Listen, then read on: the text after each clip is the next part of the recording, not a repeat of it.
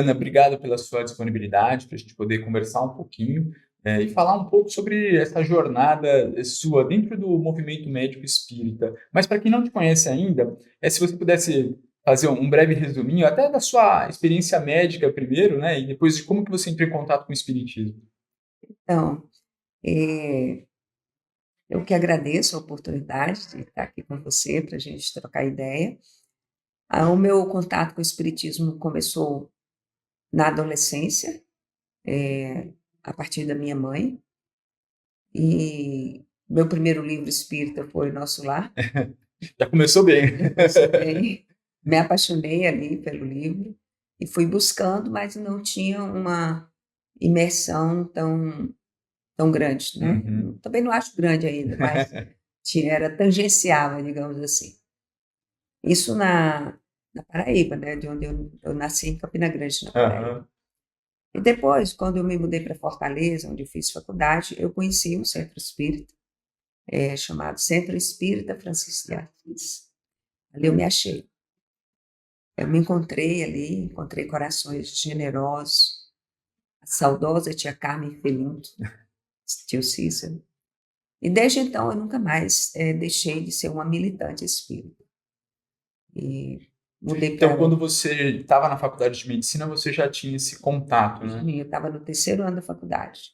Eu Isso entrei como fosse dentro da formação médica, considerando aquilo que você já sabia de espiritismo ou não, isso te nessa, impactou de alguma forma? não, nessa época ainda não muito. Aí, à medida em que eu fui avançando nos estudos, porque aí lá no Centro Espírita Francisco de Assis, eu fiz o que hoje a gente chama de ESD, depois fiz estudo da mediunidade, enfim, toda Essa jornada essa de jornada aprendizado, de né? aprendizado e reflexões. Então, sim, aí eu comecei a ser impactada pelas correlações, porque também eu fui entrando na prática clínica no final da faculdade. Então, foi bem interessante isso. E André Luiz, então, ficou um autor que me fascinava. Uhum. Sim, até hoje ele me fascina, né?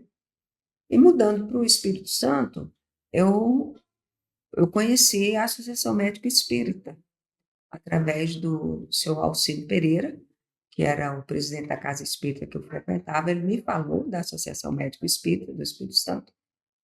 E eu entrei lá na primeira reunião e nunca mais saí. A gente está falando que agora em 2025 a gente vai ter o Mednesp, que volta aqui para São Paulo, e o tema central é servir para curar-se. Como que esse tema ele se encontra aí no nosso dia a dia enquanto médico e médico espírita? É muito interessante o título, né, e o tema do evento, porque como você serve quando você está adoecido?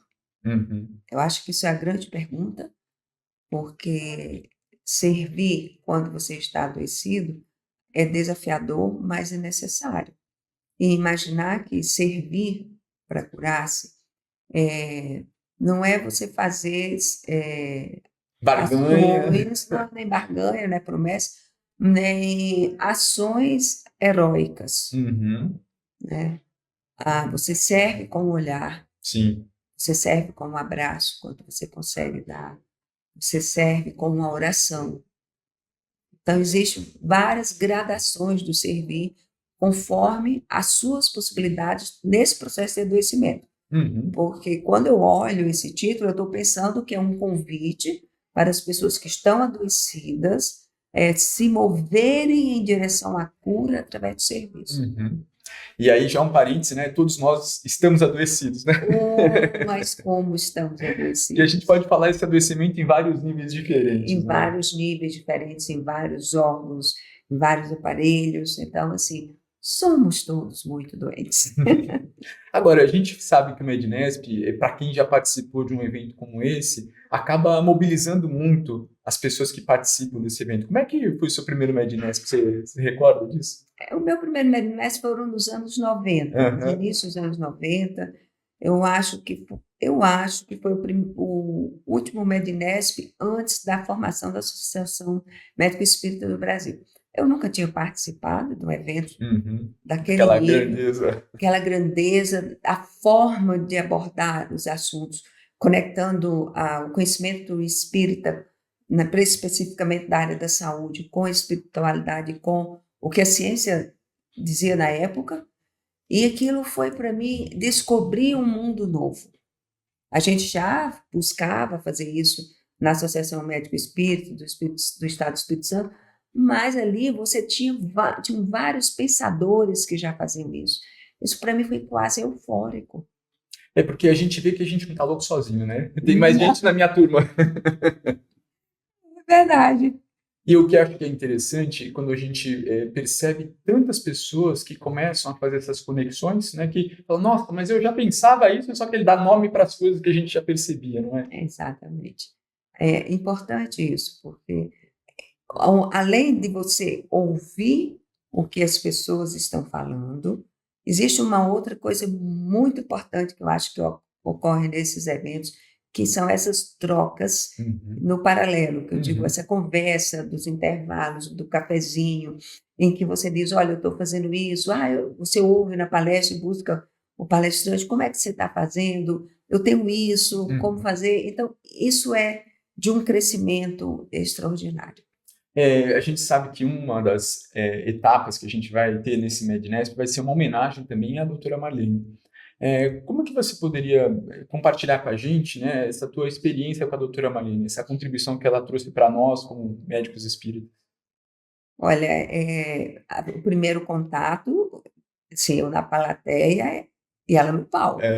E eu olhava aquela mulher ali, eu sempre achei muito importante que as mulheres se destacassem no que faziam, e no que faziam e o que fazem. Então, assim, achei admirável. E eu comprei um livro dela, estávamos eu e a doutora Cristina Locke, uma colega lá da AME Espírito Santo, a gente comprou um livro dela e fomos para a fila do autógrafo. E aí o Zé Roberto, nosso presidente na época, foi passando e nos apresentou. Eu e a Cristina chegamos juntos lá no Espírito Santo. E aí o doutor Zé Roberto nos apresentou, que nós éramos lá da Espírito Santo e tudo, aquele olharzinho para ela, sim, olhou para a gente e falou assim, minhas filhas, vocês podem ir preparando os teminhas de vocês. Olha, a perna tremeu ali. Eu, doutora. Cristina, eu, hein, doutora? Ela disse, sim, senhora, vocês podem preparar os teminhas de vocês. Pegamos o autógrafo dela e saímos. Com medo daquilo. O que vai sobrar para a gente? Né? Meu Deus, o que é isso? E aí ela foi nos convidando para fazer algumas palestras, algumas atividades. A gente já começou a fazer algumas palestras lá no Espírito Santo. E estamos aqui trabalhando. Estamos servindo, né? Estamos servindo. De repente a gente começa a se curar, né? A gente começa a se curar. A nossa alma fica mais em paz, né? Com certeza. Muito mais em paz. E quando a gente pensa nessa prática do dia a dia, né? A prática médico-espírita, que muitas pessoas às vezes teorizam, né? Colocam uma complexidade. Como seria isso no dia a dia? Como que você poderia definir ou como é que isso se manifesta no dia a dia do profissional de saúde? Olha, eu acho que na nossa prática médica se manifesta em todos os setores, porque nós não somos médicos dentro do hospital ou do nosso local de trabalho e espíritas dentro da instituição espírita, porque isso é meio transtorno mental mais grave. Então, nós Uma dissociação importante. Uma dissociação assim, perigosa. Então, nós somos espíritas médicos e médicos que somos espíritas. Sim. Então, vai desde do nosso compromisso com o nosso aprimoramento técnico. Então, o bom médico espírita ele não pode ser um médico que não se aprimore, ele precisa manter essa busca, afinal, o lema que o Espírito Jesus nos colocou é conhecerás a verdade. Sim. Então, para a gente estar sempre... A par do que é up-to-date ali, né? Exatamente. E o outro lema, quando ele se comunica como Espírito de verdade, é amai-vos, instruí-vos. Sim. Então, assim, não dá para ser um bom médico espírita se não se instrui. Não só doutrinariamente, mas tecnicamente. Então, um ponto que eu acho fundamental é esse. Sim. Não abandonar a importância do conhecimento técnico. Segundo ponto, olhar aquele que está à sua frente. Se você faz clínica, porque na medicina, como em todas as outras áreas, você pode fazer clínica ou pesquisa, Sim. ou ambos, né? Sim. Mas se você faz clínica, você olhar para aquela pessoa como um espírito eterno. Sim, isso faz uma diferença. Você olhar uma pessoa como espírito eterno, que tem uma bagagem que você desconhece Uhum. e que só Deus conhece tudo, Uhum.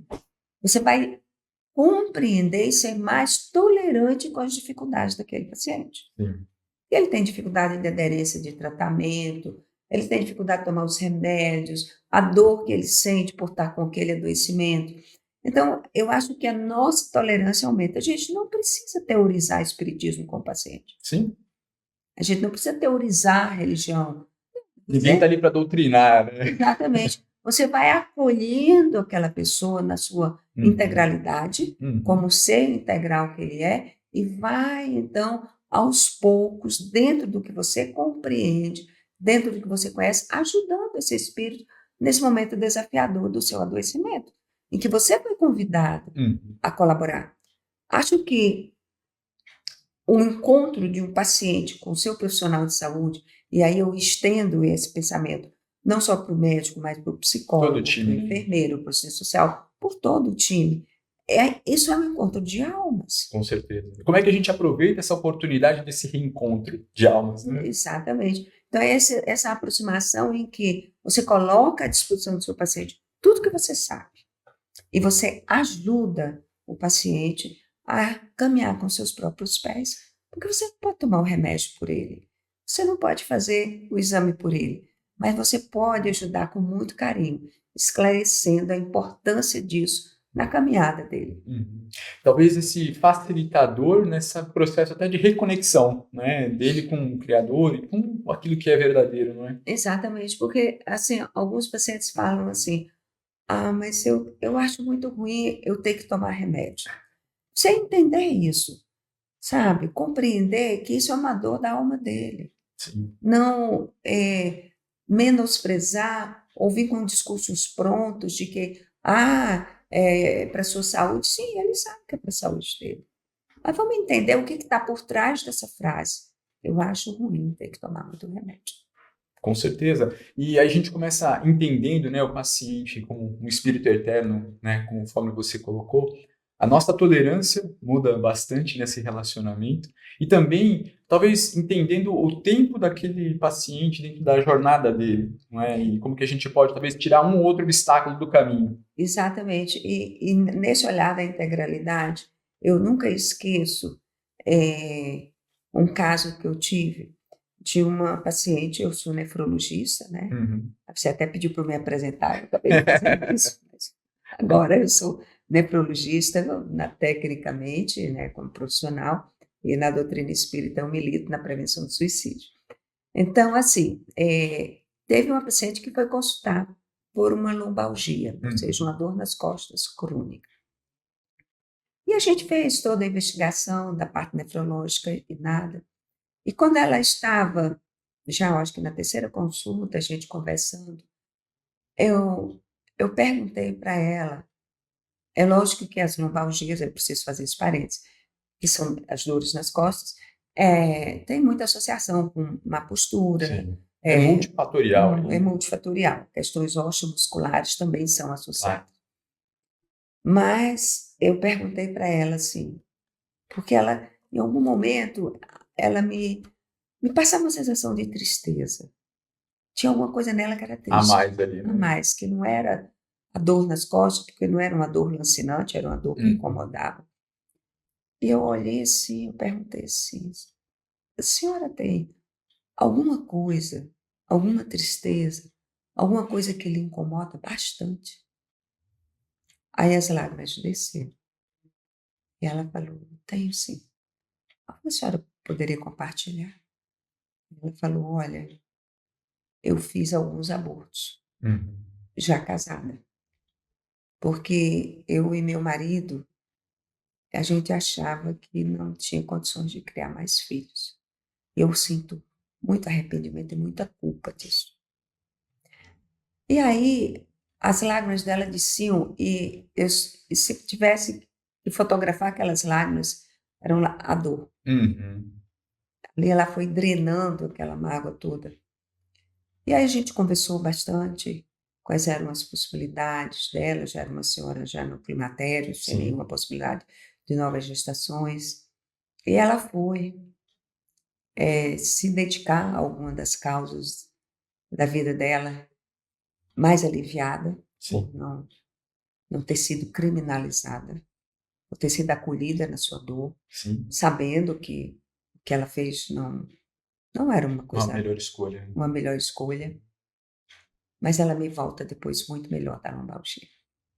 E olha que interessante, a gente falando do servir para curar-se, não é? E como que, às vezes, processos em que a gente acaba se entrevendo ao longo da vida, talvez escolhas não adequadas, mas de acordo com o nível de consciência que a gente tinha naquele momento, mas que a gente acaba carregando, né, esse peso e a nossa consciência acusando a nós mesmos de algo que está em desacordo com a lei do amor. Exato. E, de repente, por meio do próprio amor, manifestado através de uma caridade, de outros serviços, a gente consegue se reorganizar internamente e se realinhar ao amor. Exatamente, porque a lei, as nossas ações estão ou de acordo ou em desacordo com a lei. Uhum. Então, nós não devemos A ou B. Nós, às vezes, desviamos os nossos passos do caminho legal, vamos falar assim, ilegal no sentido de lei, ilegal no sentido de bacana, Sim. né, que é o caminho do amor. E todas as vezes que nós vamos nos reencontrando e identificando as nossas dificuldades, a gente vai reencaminhando nossos passos. E ali você não precisa, e às vezes a oportunidade não é exatamente com a situação onde houve o descompasso. Sim, Você tem a oportunidade de refazer esse caminho com certeza. com outras vivências, com outros aprendizados, com outras dedicações, né? Você dedicar outras ações. Às vezes, eu já ouvi relatos de mães com essas histórias semelhantes que elas não conseguem trabalhar com crianças. E aí, tudo bem, né? Tudo bem. Você não precisa fazer dessa forma. Exatamente, porque às vezes você coloca uma pessoa que ainda carrega muita culpa para trabalhar com criança, é torturante. Claro. Mas ela pode se reencontrar e se restabelecer. Uma outra atividade, né? E você falou a respeito de um dos temas que te move também, que é relacionado a essa questão da prevenção ao suicídio. Você poderia falar um pouquinho para a gente sobre isso? Claro. Até porque nem todo mundo sabe, mas a importância, né, e a prevalência dos casos de suicídio que acontecem e cada vez mais frequentes. É muito frequente e para que a gente tenha uma ideia, os dados atuais da última estatística da Organização Mundial de Saúde, foi 2021, ele nos dá em torno de 700 mil suicídios por ano no mundo. Nossa. Isso dá aproximadamente um suicídio a cada 55 segundos. Então, desde o início da nossa conversa aqui, tantos suicídios ocorreram. Sim. Então, o que acontece? Cada suicídio também afeta, em média, 6 pessoas diretamente. O impacto é para além daquela vida. Para além daquela vida. E tem um autor chamado Berman, que ele fez uma pesquisa e ele chegou ao seguinte dado. Cada suicídio afeta diretamente 5 familiares. Pai, mãe, irmão, cônjuge, filho. As pessoas próximas. As pessoas próximas. 15 parentes mais distantes. Uau. 20 colegas de trabalho e 20 amigos. Nossa. Então, a sociedade é impactada. A sociedade impactada. Então, ele diz que cada suicídio afeta, então, em torno de 60 pessoas. Uau. No trabalho do Berman aponta para esse dado. Então, nós temos, num suicídio efetivado, nós temos 2 situações. Uma alma que partiu. Sim. Porque tinha uma dor tão grande, uma desesperança tão grande, que não achava que tinha solução para o seu sofrimento. Sim. É isso. O suicídio diz para a nossa sociedade que nós não fomos, não conseguimos identificar o sofrimento daquela alma e cuidar disso. A outra situação é o enlutado. Principalmente os enlutados diretos. Então, essas 5 ou 6 pessoas, 5 pessoas que o Berman fala, 6 pessoas que a Organização Mundial de Saúde fala, são as pessoas em profundo sofrimento. Muitas vezes relacionado até à culpa, não é? Relacionamento, culpa sempre muito presente. A culpa no sentido de dizer assim, por que eu não pude perceber? Por que eu não fiz nada? O que eu fiz foi muito pouco. por que ele foi. E em muitos casos não tem realmente como você ter nenhuma dica, né? Não tem. Infelizmente. A professora Karina Fukumitsu, uma suicidologista aqui da região da cidade de São Paulo, ela disse que é lidar com nunca mais. É. Quem fica passa a lidar com nunca mais e sem resposta para os porquês, porque os porquês foram por quem partiu. Sim. Então, eu acho muito importante que a sociedade atual se mobilize para acolher a dor de quem sofre, não julgando. É essencial que a gente não julgue, a gente tente a julgar. E nem desvalorizar a queixa. E desvalorizar. Em dizer que a pessoa que tem transtorno depressivo, um dos transtornos mentais associados ao suicídio, é porque falta trabalho. Em que pese o nosso tema servir para curar-se, mas tem situações que o serviço ainda não é possível. Com certeza. Nós temos que ajudar essa pessoa a sair do quadro agudo. Então, a gente não pede um paciente que está na UTI para trabalhar. Sim. Né? Então, saiu do quadro agudo, sim. Aí você consegue ir dando tarefas em que a pessoa vai, então, se reencontrando, se reequilibrando. E se envolvendo, né, com a vida. E se envolvendo com a vida. Então, é importante isso, que a gente compreenda que quem está triste, quem tem transtorno depressivo tem uma doença.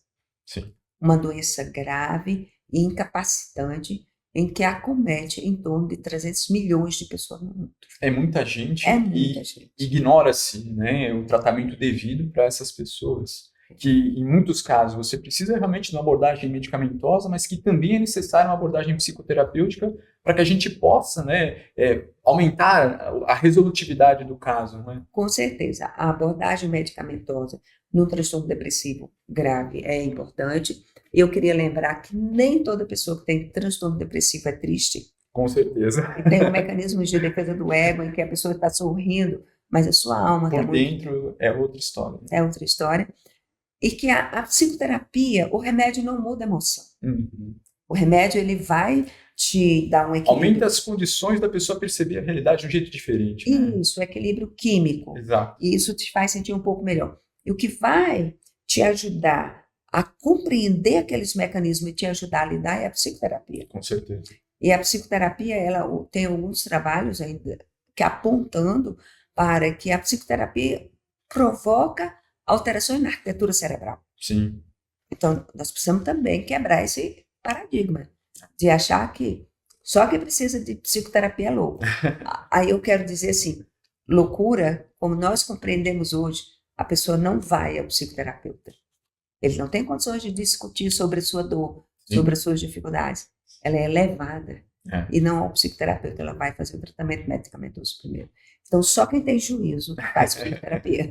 E quando a gente fala da terapia complementar espírita, como que isso se soma a esse tratamento todo? Eu acho que todos nós devemos ter uma terapia complementar, né, espírita, ou dentro da sua religião. Sim. Várias práticas terapêuticas dentro das religiões. A imposição de mãos, né, orar sobre o outro, que nós chamamos o passe.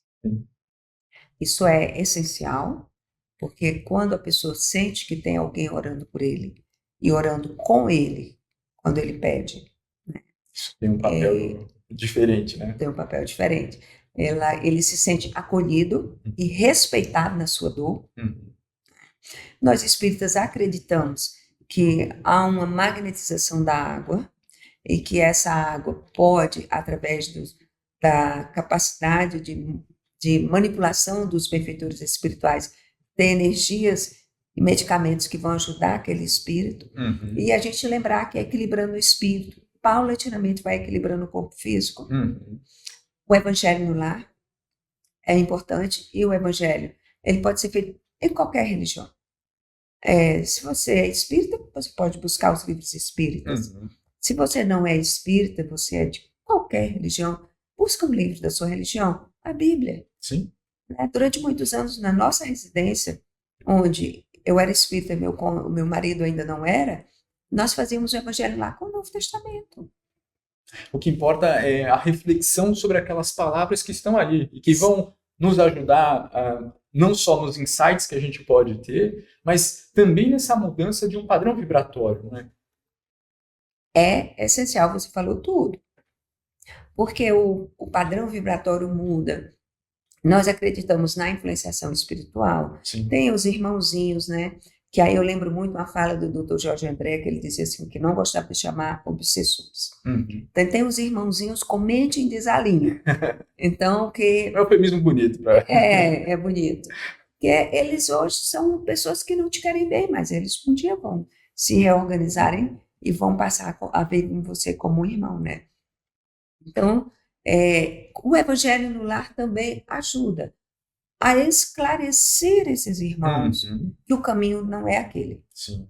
Então, a influenciação, ela vai se tornando cada vez mais tênue, influenciação eletromagnética daquele espírito dito como obsessor. Sim. E aí ele vai encaminhado para... o tratamento devido que ele precisaria ter. Exatamente, para o tratamento devido e dar aquele alívio naquele lar, naquela família. Com certeza. Eu acho essencial.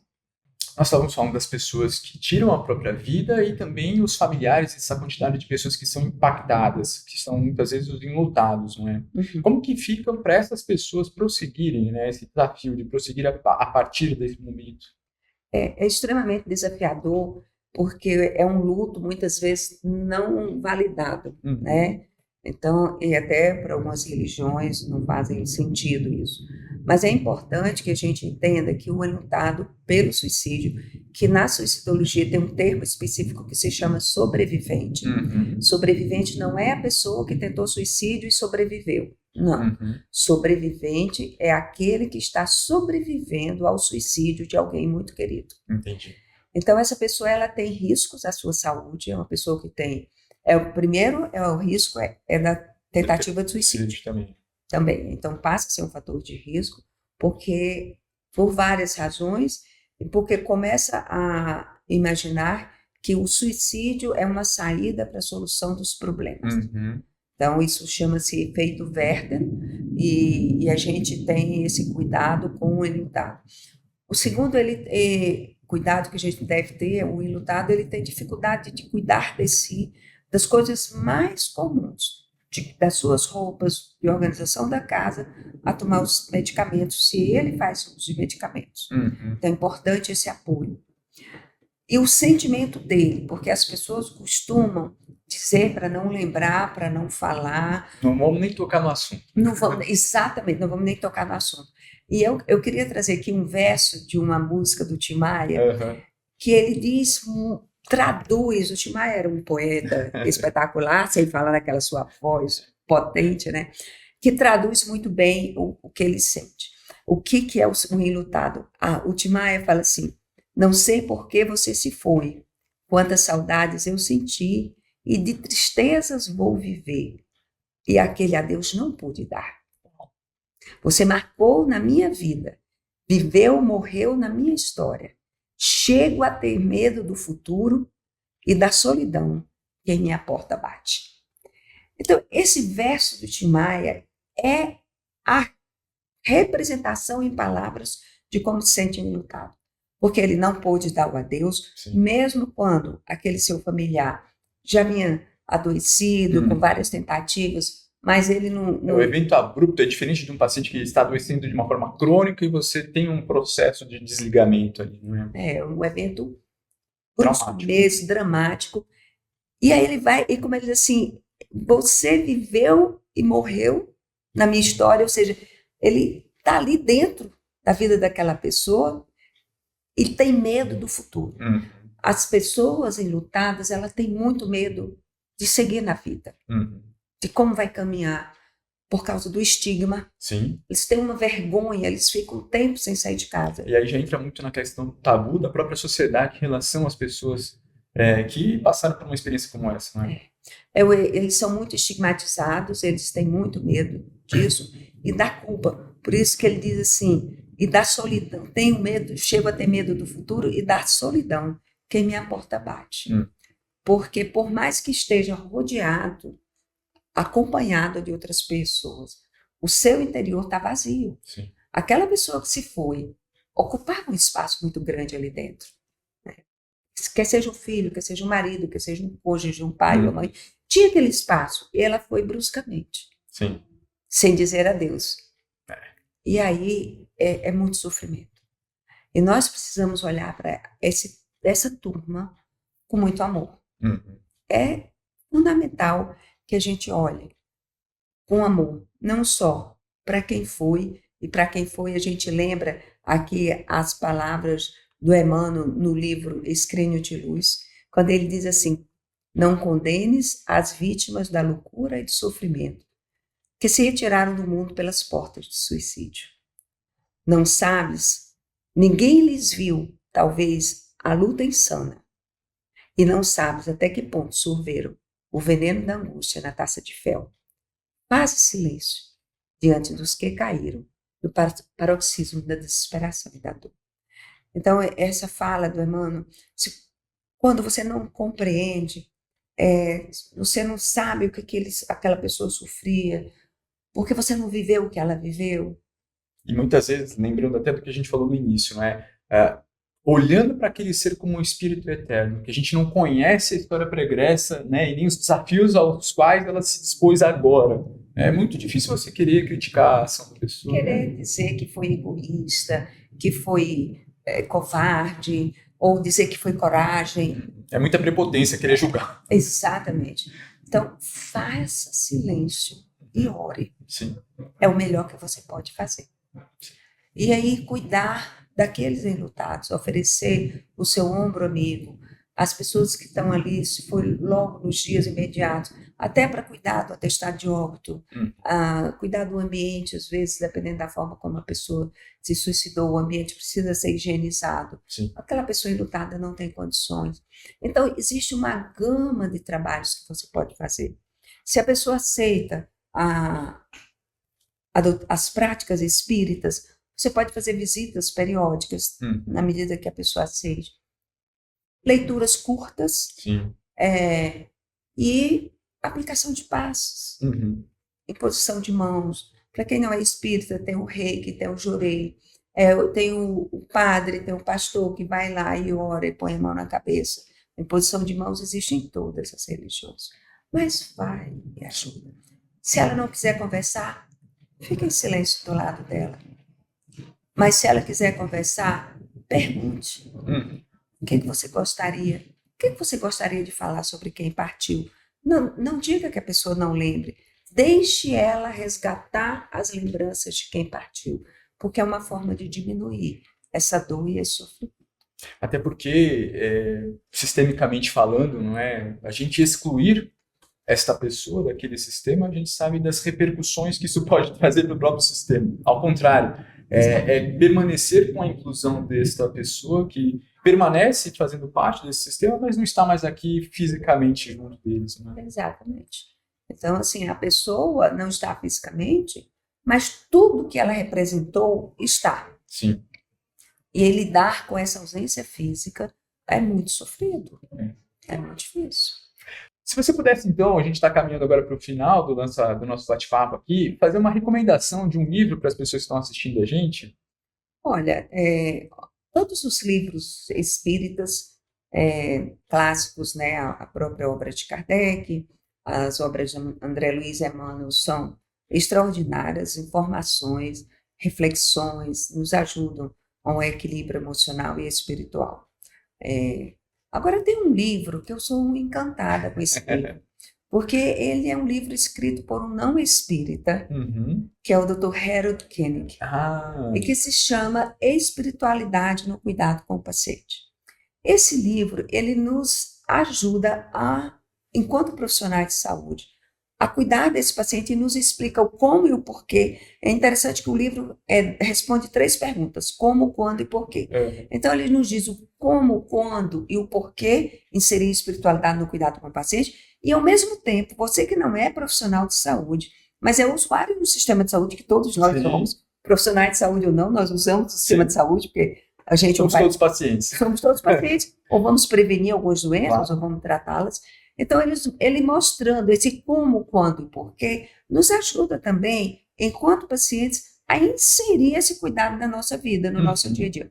Então, é um livro de leitura fácil, em que pese, no bom sentido, ser um livro técnico, mas não é um livro técnico que foi escrito exclusivamente para profissionais de saúde. Sim. Ele escreveu esse livro numa linguagem abrangente para que todos possam compreender.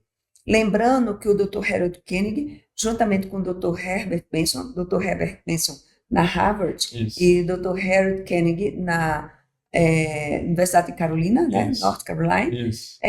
foram os pioneiros nos estudos Saúde e espiritualidade. de saúde e espiritualidade. E Então, lembrando que o Koenig, ele fez esse lançamento deste livro, né, que a AMI Brasil fez a tradução da primeira edição desse livro, dentro do próprio Mednesp, né? Dentro do próprio Mednesp. Então, o Mednesp já trouxe, né, e continua trazendo vários palestrantes aí, internacionais que têm uma grande experiência nos temas de saúde e espiritualidade. Eu acho essencial, porque a gente também não ficar com aquela coisa de achando que só é bom o que está dentro do Espiritismo. Perfeito. Deus é pai de todos nós. Jesus é irmão de todos nós. Sim. Então, aquilo que é feito com amor, com dedicação, E está alinhado com a verdade, encaminhando com a verdade, bora nessa. bora nessa, vamos surfar nisso aí. Eu queria aproveitar, então, que a gente está concluindo a nossa conversa. Se você pudesse fazer um convite para as pessoas, para elas irem, então, no Mednesp 2025. Olha, as pessoas que já conhecem o Mednesp, com certeza não vão querer perder. Seria muito difícil isso. Essa é uma oportunidade de troca de experiências e de confraternização. Se você nunca foi ao Mednesp, venha. Agora venha preparado, porque depois do primeiro você nunca mais deixa de ir. É um momento em que você vai ouvir pessoas que estudam, que dedicam sua vida a estudar determinados assuntos técnicos, sobretudo da área da saúde, à luz da espiritualidade, enquanto tema indexado nas pesquisas, e à luz da doutrina espírita.